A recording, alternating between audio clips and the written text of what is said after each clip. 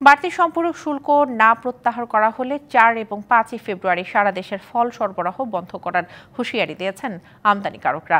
আর এর মধ্যে যদি দাবি বাস্তবায়ন না করা হয় তাহলে ১৩ ফেব্রুয়ারি থেকে অনির্দিষ্টকালের জন্য একযোগে বন্দর থেকে ফল খালাস সরবরাহ বন্ধের হুমকি দেওয়া হয়েছে।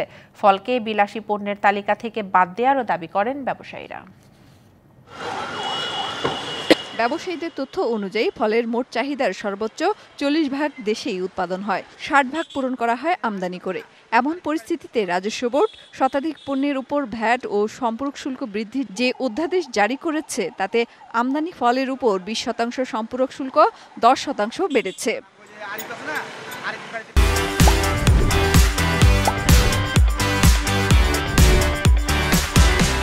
শুল্ক বৃদ্ধির পর এখন ১ কেজি আঙুরে কর দিতে হচ্ছে ১৫৭ টাকা, যা শুল্ক বৃদ্ধির আগে ছিল ১২২ টাকা। একইভাবে ১ কেজি আপেলে কর দিতে হচ্ছে ১৩৭ টাকা, যা আগে ছিল ১২০ টাকা, এবং কমলায় কর দিতে হচ্ছে সব মিলিয়ে প্রতি কেজিতে ১১৬ টাকা, যা আগে ছিল ১০৩ টাকার মতো। তাই বাড়তি শুল্ক প্রত্যাহারের দাবি করে আসছেন আমদানিকারকরা।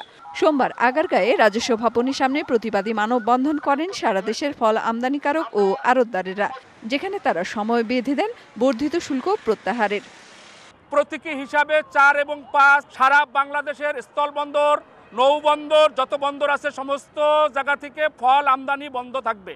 যদি এর মধ্যে সরকার আমাদের কথা না শুনে, আমাদের কাছে না আসে, আমাদের কথা না শুনে, আমাদের প্রতি সহানুভূতি না দেখায়, ১৩ ফেব্রুয়ারি থেকে আমরা অনির্দিষ্টকালের জন্য মাল ডেলিভারি বন্ধ করে দিব। ব্যবসায়ীরা বলছেন, আসছে রমজানে দেশীয় ফলের মৌসুম থাকবে না, তাই আমদানি ফলের উপরই বেশিরভাগ নির্ভর করতে হবে।